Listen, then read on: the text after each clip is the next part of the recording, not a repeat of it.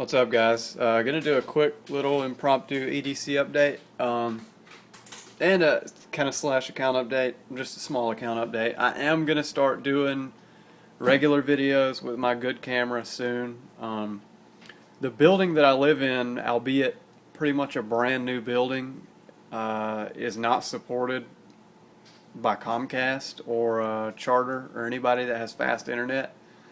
So I'm stuck with DirecTV, which their fastest is what we have. It's like 6 download and less than 1 upload. And I went from 20 download and 5 upload to this. So needless to say, I can hardly upload a video at all. Like this cell phone video will take 30 minutes to upload, and it'll be probably half a gig. But my sister that lives 30 seconds up the road has an upload speed of 5. So what I'm going to have to do until Comcast supports this area, which we've got them working on it now, I'm going to have to make videos and then drive to her place and then spend all day uploading them. So I'm probably going to upload videos sporadically throughout the week, maybe like a couple on Wednesday, a couple on Saturday, maybe a couple on Monday, something like that. But it won't be every day. But I am going to get back to making regular videos, same old Jay Davis content that you know, just same old making videos of whatever I want to talk about. Anyway, figured I'd do a quick little EDC update. These 5 knives, yeah, 5, represent what I've been carrying every day for the past couple months. This is pretty new, SMF CC CPM 154. I want you guys to know this thing still whittles hair both ways, and I've used it extensively. Doesn't even really cover it. I pretty much used the crap out of it, and it still whittles hair with stropping on the half micron diamonds, which is pretty amazing. My wife's back there making making strawberry pie, in case you hear something. So badass knife, badass steel, badass knife, and I'm gonna go ahead and toot my own horn and say badass edge on it, because I'm sure crappy edge wouldn't hold a hair whittling status that long. Love this knife, absolutely love it. Next up, I got back into ZDP 189 pretty heavy, so I've been carrying this Delica. The only thing I don't like about the Delica is the short blade to handle ratio.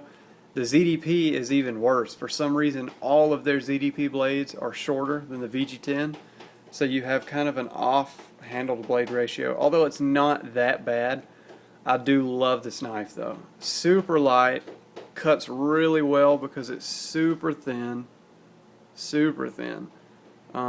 Really love this knife. Really, really love it. Super light, great cutter.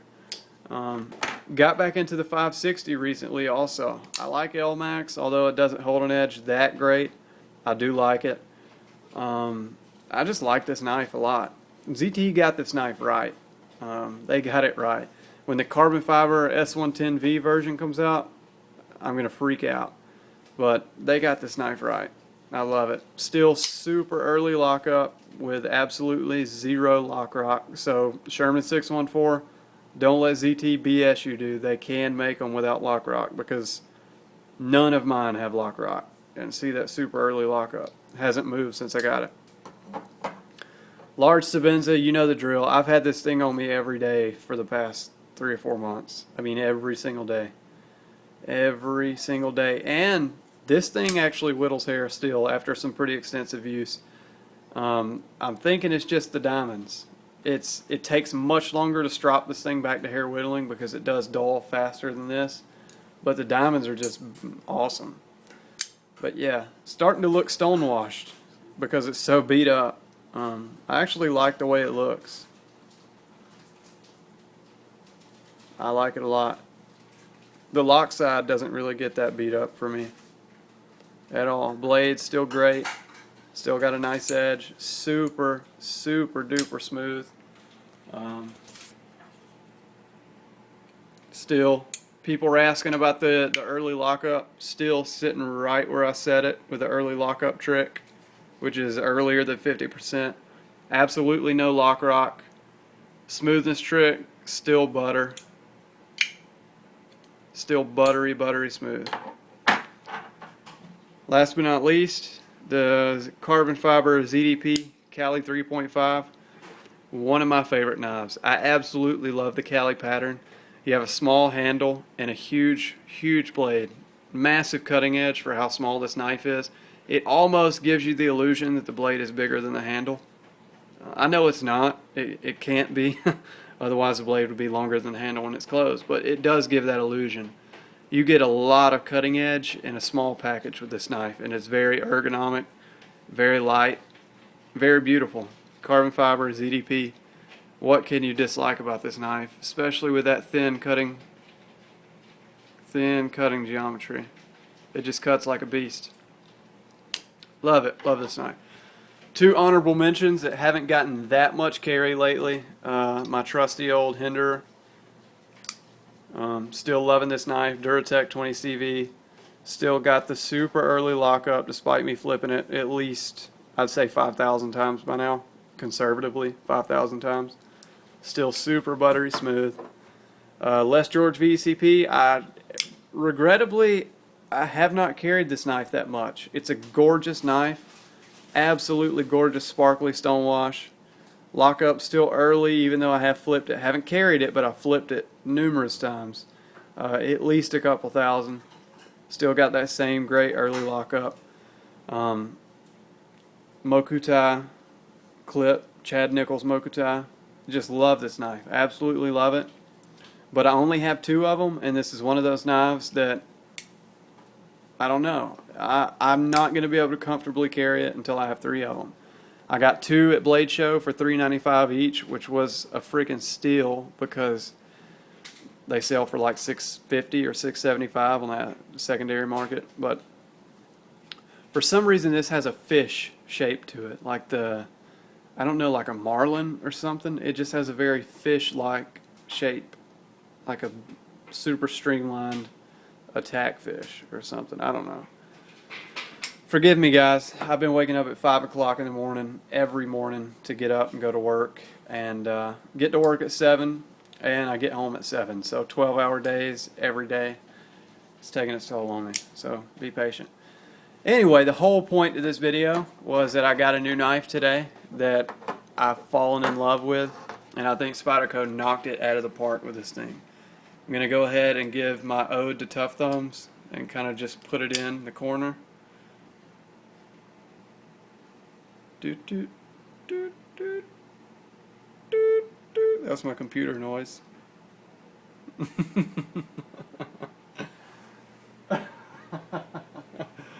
Chelsea's shaking her head at me. Spyderco Techno. Super sweet little knife. I'm going to give you a size comparison because it's kind of, I thought it was going to be bigger. So there you go, Spyderco Techno up against Delica. The Delica is actually bigger by a large margin. I'm going to try and put them up against each other. Line up the butts, butt to butt. There you go. Really small. I mean, you guys that know how small the Delica is, this thing is tiny. Absolutely tiny, but I love it. Perfect work knife. You have a 5 mil thick blade. CTS XHP. Ground wafer thin. You can see the sharpening choil right here. That gives you a good idea of how thin the knife is ground. I'll try and give you a profile shot of it. You can kind of see it. It is ground wafer thin, but it still has a thick spine. I think it's going to cut pretty well just due to how thinly it's ground at the edge. Maybe you won't slice an apple with it really well, but if you're going to do shallow push cuts or slicing into soft material, not something hard like an apple that doesn't give, it's going to cut really well. Opening boxes, going to do great. Really akin to the VCP in the looks because you have stonewashed titanium, and the stonewash is strikingly similar. Stonewashed titanium, CTS XHP steel, and titanium frame lock with a G10 backspacer, black G10 here, blue G10 here. Look at the jimping, how similar that jimping is. You guys see that? Wire clip on the Techno. Also, you have a heat-treated lock face. I don't know if it's carbonized. I don't know if it's carburized like Chris Reeve does. I don't actually know. All I do know is that I shined a flashlight down in there and the lock face is brown. I don't know what that means. I'm assuming a heat treat of some kind, but the lock face is brown, almost like annealed steel. It has a brownish hue to it. Both of these that I got have a brownish hue to the lock face, so it is heat treated in some way. Go ahead and give you a shot of the lockup. Sitting at about 45%, I would say. Because the only reason I say that is because you see that flat up here, right where the tip of my thumbnail is. The lock tang actually stops earlier than the blade. So it appears it's probably sitting at 30%, but it's really sitting closer to probably 50% if you count how much of the tang is actually ramped, because it does level off there at the very end. Super smooth lock disengagement, no stick in either of them, even though they were all super oiled up, which means the lock face is heat treated somehow because it's not galling. Absolutely love this knife, guys. Absolutely love it. Small, light, great steel, nice belly for slicing, thick blade. And something I wanted to mention, made in Taichung, Taiwan. Guys, this thing is on the level of Gail Bradley or even better. And you guys know how much the Gail Bradley, or how well that thing's put together. This is just as good, if not better. Spyderco's Taiwan stuff is ridiculous. It's absolutely ridiculous. Like, on the level of custom makers, I would say. Some custom makers. Even better than some custom makers. And I've handled a lot of custom makers' blades. Thick, beefy stop pin. Super beefy stop pin.